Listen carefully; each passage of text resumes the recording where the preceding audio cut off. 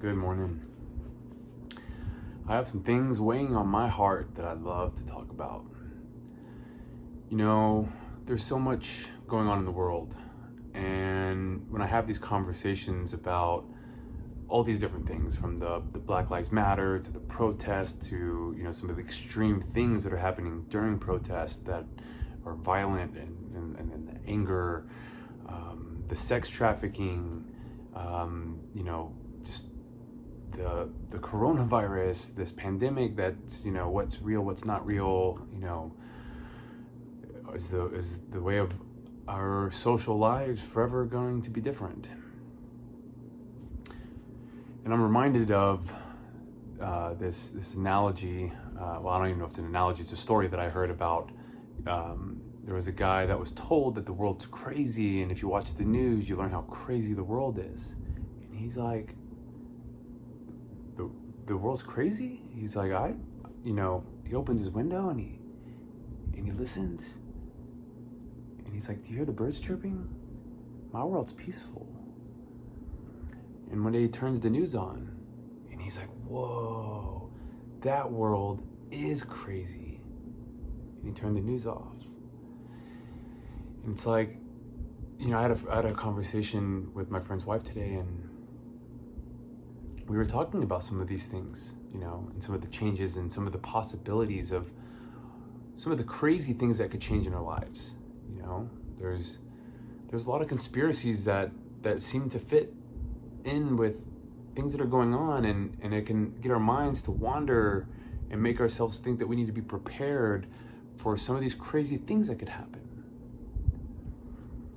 And I feel like, over the years I've had these conversations with my dad, worried about all these things that could go wrong. But when they don't happen, then what? It's like, if I live my life in fear of the possibility that I need to be prepared for these crazy things to happen, and then they don't, and I'm reminded that I have a choice to make the world that I live in what I want it to be. And if time is always right now, how much time and energy am I going to give to this world of these negative, fearful thoughts, when I could be describing the world that I want to see and teach my child about all the love and positivity that I want to see and show her that world?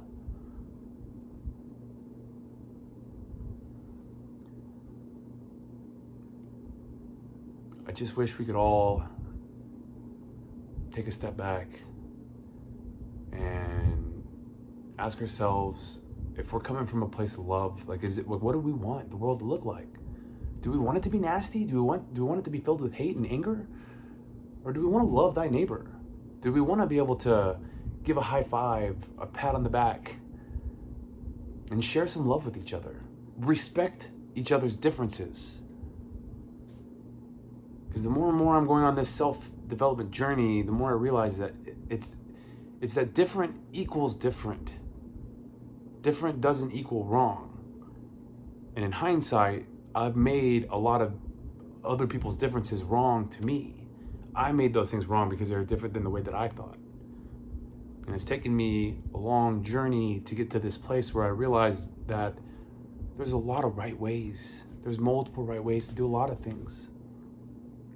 And I'm constantly reminding myself what I have control over. And it's just me. There's no guarantees on what I can influence others. I can control me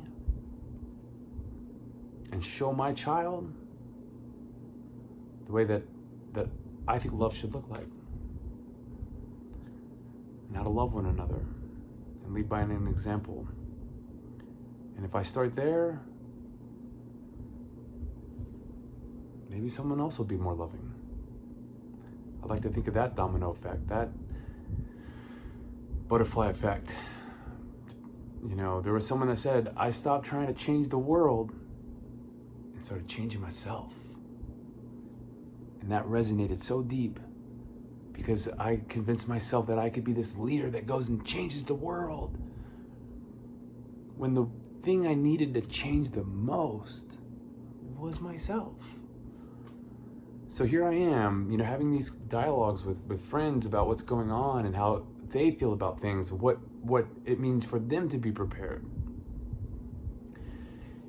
And in my mind, it's like, okay, if somebody feels the need to be so involved in what's going on, to feel that they're in a place that they feel prepared, a state of preparedness, even if nothing ever happens, they feel prepared. And if that's good for you, it may be different than me, but whatever you need to do to feel good and whole, then that's what you need to do. I just think that if anything is taking away from a positive place, a loving place, anything that deters us from that state of being, then I think we should look at it differently. Change what we're looking at. And if you want to be different, I guess that's okay.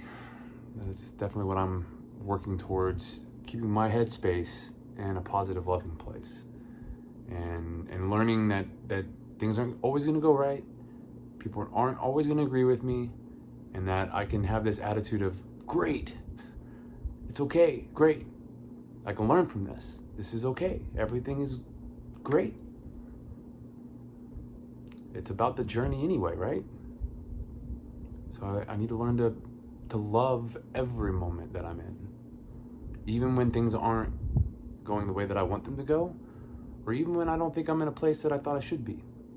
I'm not as far along in life as I thought I would have been. I've had to take a lot of steps back. But in hindsight, I needed all those backward steps to truly learn about myself, to become a better me. So now I'm grateful for everything that I've gone through in my life, especially the hard lessons, because those are the ones that taught me the most.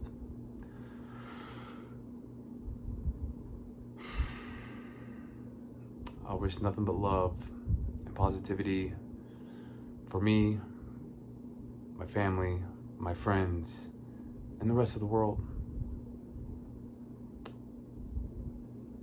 Cheers.